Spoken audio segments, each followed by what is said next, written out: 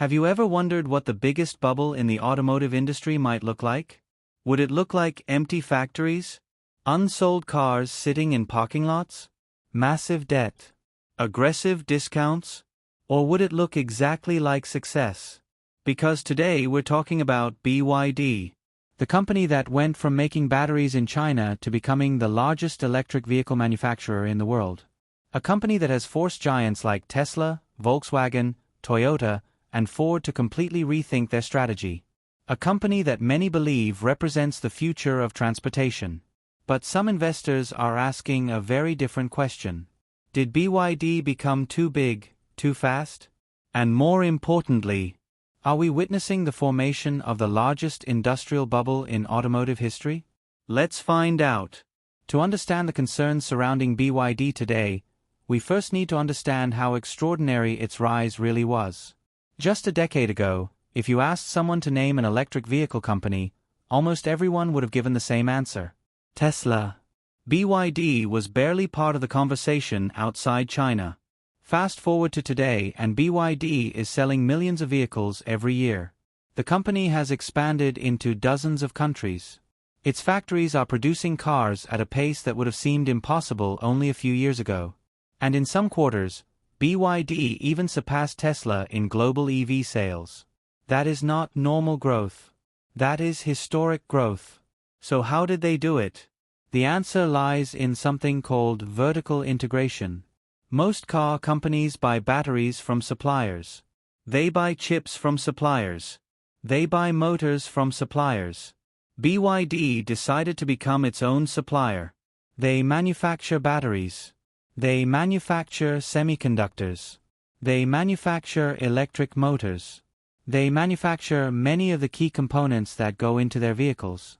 This gives BYD a huge advantage: lower costs, faster production, and more control over the supply chain. When competitors struggled with chip shortages, BYD kept producing cars. When battery prices increased, BYD had more protection than its rivals. And perhaps most importantly, BYD could cut prices faster than almost anyone else. For customers, this looked incredible. Electric vehicles were becoming cheaper every year. For competitors, it looked terrifying. Because there is one thing every business executive understands: price wars destroy industries. Eventually someone runs out of money. And that brings us to the first major concern: debt. Building a factory costs billions of dollars. Building battery plants costs billions more. Research and development costs billions. Global expansion costs billions. No company becomes the world's largest EV manufacturer without spending enormous amounts of money. The question is not whether BYD has debt. Every major automaker has debt. The question investors are asking is different. How much leverage exists beneath the surface? Some analysts argue that traditional debt numbers don't tell the whole story. Because there are other obligations: supplier payments, trade payables, financing commitments, deferred liabilities. Imagine running a business where suppliers deliver materials today, but you pay them 6 months later. Your cash position looks strong. Your growth looks impressive. And you can continue expanding rapidly, as long as sales continue growing. But what happens if growth slows? Suddenly payments still need to be made. Factories still need to operate. Employees still need salaries. And cash starts becoming very important. This doesn't mean a company is committing fraud. Not at all. But history has shown us that aggressive expansion financed by future expectations can become dangerous very quickly. Then comes the second concern: inventory. And this is where the story becomes very interesting. For years, the Chinese EV industry operated under one assumption: demand would continue growing forever. Consumers would keep buying more electric vehicles. Governments would continue pushing EV adoption. Exports would continue increasing. So manufacturers did what manufacturers always do during a boom. They built capacity. Then they built more capacity. Then even more capacity. Today, China's vehicle manufacturing capacity is significantly larger than domestic demand. And that creates a problem. Cars are not software. Unsold software costs almost nothing. Unsold cars are expensive. They require storage, insurance, financing, maintenance. And every month that passes, those vehicles become older inventory. Dealers start demanding incentives. Manufacturers start offering discounts. Margins begin shrinking. Eventually, profits disappear. Reports have suggested that some BYD dealers were carrying unusually high inventory levels compared to historical norms. At the same time, aggressive discounts started appearing across the market. Thousands of dollars in price reductions, special offers, promotional campaigns. The obvious question became, if demand is so strong, why are prices falling so aggressively? Then came another warning sign: production slowdowns. Several reports suggested that BYD had reduced shifts at some facilities and delayed certain expansion plans. Now this is important. Companies expecting explosive demand do not reduce production. They increase it. When a growth company starts becoming more cautious with expansion, investors pay attention. Because inventory growth combined with slowing production often means one thing. Management is protecting cash. And protecting cash usually means management sees risks ahead. This is the point where some analysts started making comparisons that made investors uncomfortable.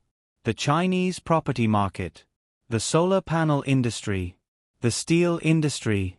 The pattern looked familiar. Rapid growth, government support, cheap financing, massive capacity expansion. Then eventually, too much supply chasing too little demand. Now to be clear, BYD is not Evergrande. People actually want electric vehicles. BYD sells real products to real customers all over the world. This is not fake demand. But bubbles rarely begin with fake demand. Most bubbles start with genuine demand. Then optimism takes over. Companies start assuming growth will continue forever. Investors start assuming demand will never slow. Factories keep getting built. Capacity keeps increasing. Until eventually supply exceeds reality. The question isn't whether BYD sells cars. The question is whether the entire industry has built enough factories for a future that may arrive more slowly than expected. Because if global demand doesn't grow quickly enough, someone will be left holding excess capacity. And when that happens, industries become brutal. Bankruptcies happen. Consolidation happens. Only the strongest survive. But there is another side to this story. And it deserves equal attention. What if BYD is right? What if the world adopts electric vehicles faster than expected? What if Europe accelerates EV adoption? What if Southeast Asia becomes a major market? What if Latin America and Africa become the next growth engines? Suddenly today's excess factories don't look excessive anymore. They look visionary. History often rewards companies that build for tomorrow rather than today.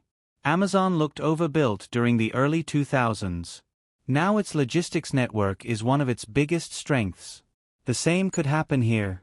BYD may simply be preparing for a future everyone else underestimates. So is BYD the biggest scam in the automotive industry? No. There is no evidence to support that claim. But is BYD part of one of the biggest industrial bets ever placed? Absolutely.